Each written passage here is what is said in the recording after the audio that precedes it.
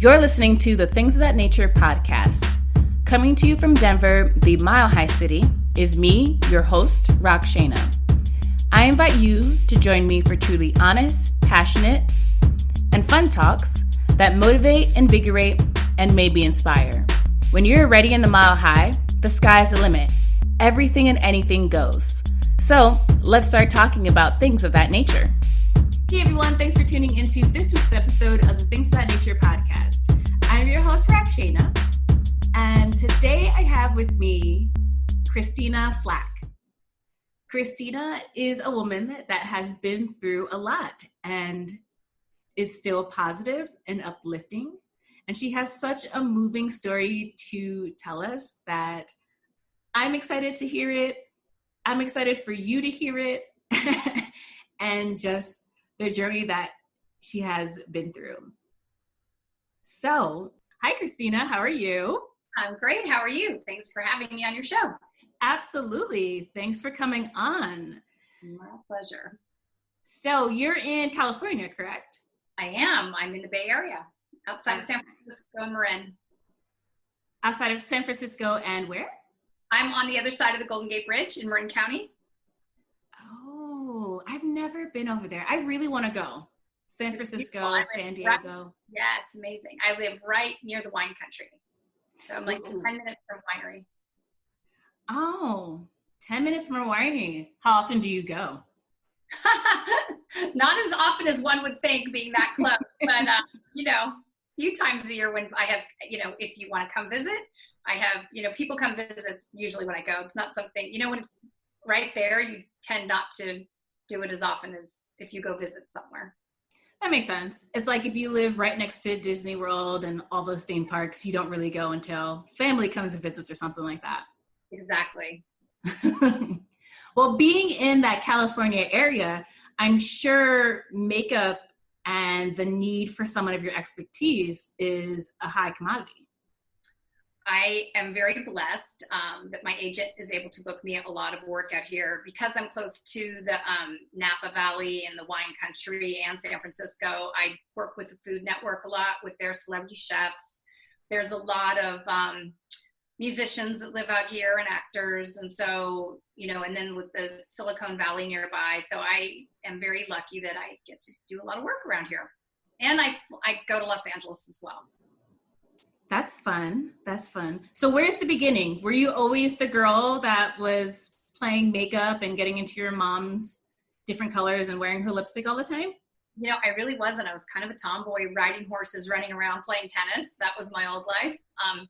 I started doing makeup, funny enough. My mom got brain cancer when I was 8, and she was incredibly beautiful. And one day she was going out to dinner with my dad, and she just was kind of frustrated with how she looked. She lost her hair and her skin had kind of gotten discolored. And I'm like, oh, mommy, let me try and do your makeup. So I, got all her stuff out and I painted her face, and it was such a transformation. And for me, it felt so great because I just felt, I was so pleased with how great she looked, but what made me feel the best was how she felt. She felt really great. And so that's one of the lovely parts of my job is transforming people, models, brides, celebrities, to make them look like the best versions of themselves, and, besides being a makeup artist, obviously you need to have good makeup skills, but you have to kind of take care of people. And I love to do that. You need to make sure that they're in a good mental place before they get in front of a camera or if they're getting married, and, calm them down or, listen if they want to talk or just not talk at all if they want some quiet. Sometimes I've had celebrities that have flown in from, a long plane ride, and they just want some quiet. So you have to kind of you have to learn to read people and figure out what is going to make them happiest in quite a short period of time. Yeah, whenever I get my makeup done, for me, it's so relaxing where I just close my eyes and I always, the artist is always like, well, what colors do you want? Or what are you going for? And I'm like, here's what I'm wearing. Here's the style of the event I'm going to. And then I just close my eyes and let them do their thing. That's the best thing to do. I think I get when people just let me have artistic freedom, because your face is in my mind, mine, when I'm doing your makeup, and I take such pride in it. No one cares about how you look more than I do, when I'm doing your makeup. So I think you're always going to get the best result if you can not try to micromanage the makeup artist and they can see things that you can't. And it's kind of hard when someone is telling you how to do their makeup if they're that specific with their wants, then they should do it themselves, because they're never going to be satisfied, if you don't do it exactly the way they want. So I think the best result you can get is just letting someone just have free reign with your face and trust. And then I think you'll be happy with the outcome. Mm-hmm. I can't say there's been a time. Actually, there's one time where someone did my makeup and I was like, that's a lot. I'm very more of a subtle person. And I was like, can we just tone it down? That's another thing. You really have to listen to your client, figure out what event they're going to, if they wear a lot of makeup, if they don't. And, the makeup artist has to just kind of gauge the vibe of the person to see if, not too much. I really go for a very fresh, clean, dewy look. I don't want anyone to go, wow, you went to a makeup artist, got a lot of paint on that face. The best compliment I can get is like when someone says, I look like the best version of me and no one even noticed anything. You just have a pretty face and you don't need to go, ooh, orange, pink, blue. Wow. Mm-hmm. Yeah, you could do my face. If that's the way you do your thing, you could do my face any day, girl. Well, come on out. I'm happy to do it. Then we'll go to a winery. How about that? Yes, I am a complete fan of that. And I do like wine. Well, there you go. Right? Now, so you have your own makeup business. What started that? I do. I have a line called Pretty Girl Makeup. I'm the founder and CEO. I started it because, I have a friend, Kara Golden. She's the CEO of Hint Water. And she does a lot of speaking engagements. And what she always says is a lot of companies start with a need for something. And my need was I drink a lot of water. And every time I put lip gloss on, it would come off. And I would just be, drinking water, reapplying, all the time. And I wanted to have a lip gloss that was natural, that, just was long lasting and that would look good on all skin tones. I've got dark complected skin. My sister's blonde. I have friends that are every shade of the rainbow. And I wanted, I wanted my lip gloss to look good on everybody. So I worked with a chemist for about a year to formulate the lip gloss, which is very long lasting. And then I formulated the colors to go with it. And I tried it out on all my friends. They were all my guinea pigs, and that was fun. And it was really a great experience. It took much longer than I had expected. I thought it would take, a couple afternoons and I'd be in a store, and was not the case. It took quite a long time, but it was worth taking a long time to just get it right. I'm woman owned, obviously. I'm self-funded. So I really didn't have an endless supply of money when I started. I started with a lip plumper and some lip gloss and, some 5 shades. And so that's kind of how it started.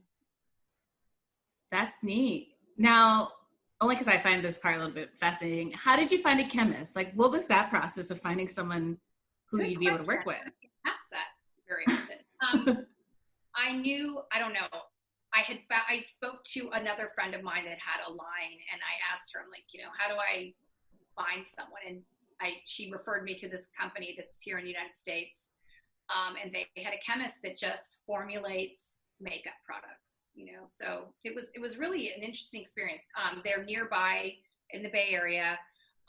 And so I would go over and meet with them and test it out, and then, send notes back of what I wanted different, what I wanted changed or added. And it kind of went from there. But, I often say that you have to really love what you're doing when you own a company like this, because it is 24/7, and you're going to put in so many more hours than you ever had imagined. But, if you love what you're doing, it doesn't feel like work. It's fun. And I love working with people, and I love creating my line, and it gives me a lot of pride, especially I have 5 children, and, I love that. I know.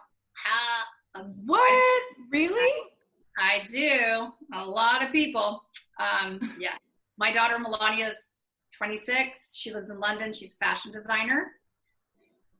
Rose is a screenwriter. She lives in LA, and Nikolai is in college. He's a golfer, and Ben is 7th grade, and he's a golfer too. Yes.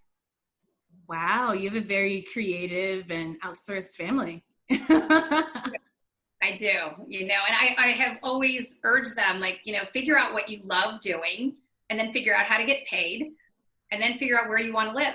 And then if you can do all those things, you're going to just feel like you have a really blessed, happy life. Yes.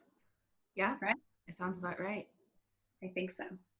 When I was younger, like both my parents have always worked. Everyone around me have worked. And what always trickled around that saying you just said was, if you love what you do, it's not really work. Right. And you'll of course, never play in your life, right? Yes, that's it. And as a kid, I never got it. Preteen, nope. I went through like high school, college. It you hear it around, but it never really made sense. Until you have a crappy job. And then you're like, oh my gosh, now I get it. Now I get it. You kind of need to have a challenging job to appreciate doing something that you love. I was doing a photo shoot today up in Sonoma, and it was literally 100 degrees. But I didn't care because, it was like one of the first shoots I've had since, since the shut-in. And it just felt so good to be I've worked with this company. It's Good Rider. It's an equestrian line in the United States. And it felt so good. We all were just commenting like, oh my gosh, it feels normal again. And we're all together and we're creating something beautiful. And it was so fun, even though it was so hot. It was really, really warm out. When you started your company, how long ago was that? In 1999, believe it or not. Oh, yeah. Wow. Long time. Yeah. I had a little bump in the road. In 2006, my son, Bo, passed away from SIDS on Christmas Day. Oh, and after that, I kind of just let my company exist. I wasn't actively, working for a while. I just needed to get my life in order and take care of my children. And I ended up getting divorced, and I went through some major depression after Bo passed away, and after I started taking sleeping pills to just sleep, and then in the day to just function because my heart was so shattered. But then, after about a month, my friends stepped in and were like, okay, you're not a pill popper. You don't even know how to do this. Get it together. And you have a great life. Your children, you have to set an example.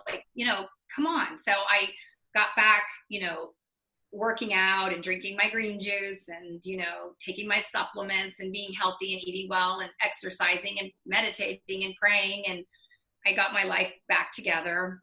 And, and then 2 years later, after my divorce, I met this lovely man, Ken Flach, and we got married. So, yeah.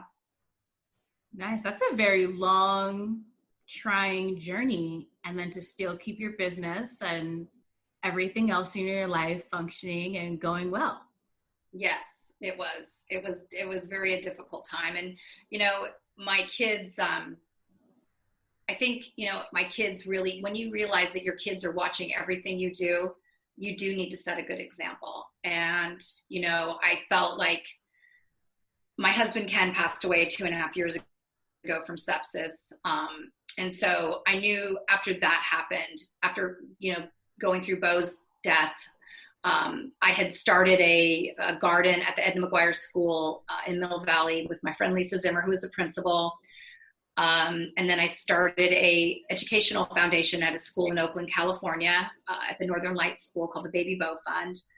I knew that after Ken passed from sepsis so incredibly fast, I knew that I could not go down that destructive path again because I knew, my kids couldn't handle it. And I was very scared, what would happen if I did it again. So I became more disciplined than normal. And I partnered, my husband passed away from sepsis. And so the Sepsis Alliance contacted me. My husband, Ken Flach, was the #1